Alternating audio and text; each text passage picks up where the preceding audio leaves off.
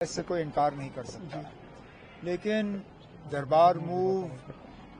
جموں کشمیر کی ایکتا کو بھی بنائے رکھنے میں ایک بہت اہم رول ادا کرتی ہے، کیونکہ سال کے جو 6 گرمی کے مہینے رہتے ہیں، جموں کے کئی سارے لوگ سری نگر آ کے کام کرتے ہیں، اور جو 6 مہینے سردی کے رہتے ہیں سری نگر کے لوگ جموں آ کے رہتے ہیں، تو یہ جو لوگوں کا آنا جانا دونوں پروونسز میں، اس کا بھرپور فائدہ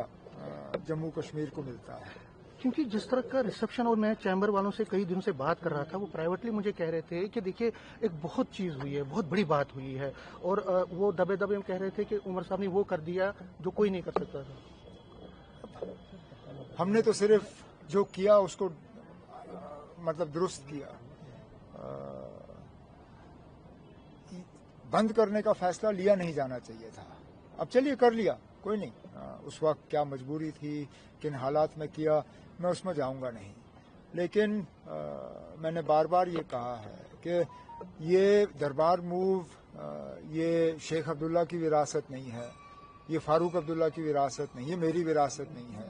یہ تو ملک کو آزادی ملنے سے بہت پہلے کا سلسلہ تھا، ہم نے وہی دوبارہ شروع کیا اور کچھ نہیں۔ سر، آپ نے اپنا ایک مینیفیسٹو تو جو تھا اپنے دربار میں، ایک آپ کا ایک پوائنٹ تھا،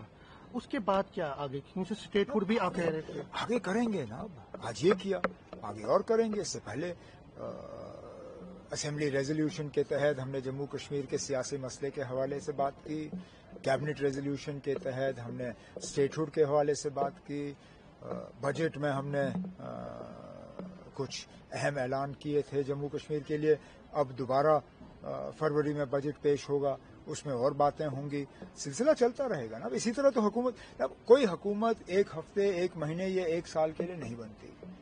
حکومت آتی ہے تو اس ارادے سے کہ وہ پورا 5 سال جو ہے نکال کے اپنا ایجنڈا لوگوں کے سامنے رکھیں گے۔ ہمارا 1 سال مکمل ہوا ہے، 4 سال باقی ہیں، اب ہم اپنی جگہ یہ قائم ہیں کہ جو ہم نے لوگوں کے ساتھ وعدے کیے ہیں ان وعدوں کو ہم پورا کریں گے۔ کیونکہ فیس بک پہ دیکھتے ہیں یا سوشل میڈیا پہ تو گیس سلنڈر لے کر لوگ چل رہے ہیں، گیس سلنڈر نہیں ملے، وہ ریزرویشن کی بات کر رہے ہیں، وہ بجلی کی بات کر رہے ہیں۔ کریں گے نا، جیسے میں نے کہا، ہم نے کبھی اپنے مینیفیسٹو میں یہ نہیں کہا کہ آپ کو پہلے ہی دن ہم سارا کچھ دے دیں گے، آہستہ آہستہ ایک ایک کر کے ہم دے دیں گے نا۔ بے چینی کیوں ہے؟ کیا لگتا ہے بے چینی؟ اپوزیشن کو بے چینی نہیں ہوگی تو کیا ہوگا؟ وہ تو بنتے ہی ہیں، اس لیے وہ پہلے دن سے بے چین ہو جاتے ہیں، ان میں تو صبر ہے نہیں، لوگ صبر کر رہے ہیں، لوگ صبر کر رہے ہیں، وہ جانتے ہیں کہ ہر چیز کو جو ہے پہلے دن نہیں کیا جاتا، لیکن ایسا بھی نہیں ہے کہ کچھ نہیں کیا ہم نے۔ سر،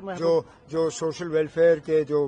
اسکیمیں ہیں ان میں جو ہم نے بڑھوتری کی وہ آپ کے سامنے ہے، جو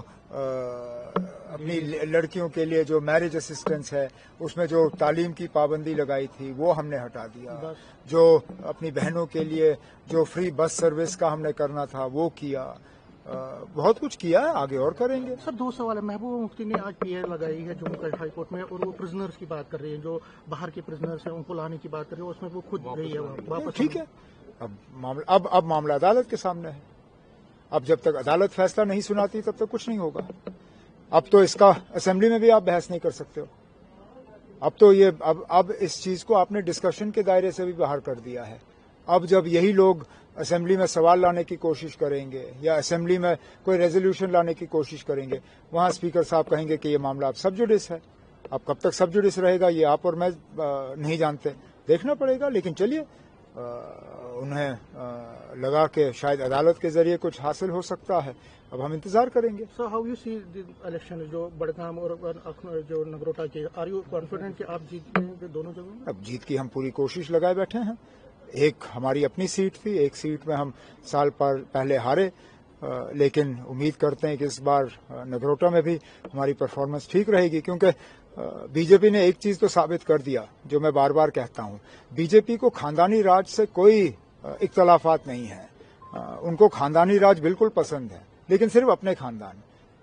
جو خاندان بی جے پی کے خلاف ہیں ان کو خاندانی راج صرف ان میں نظر آتی ہے، اور یہ شکر ہے نگروٹا میں دوبارہ ثابت ہوا۔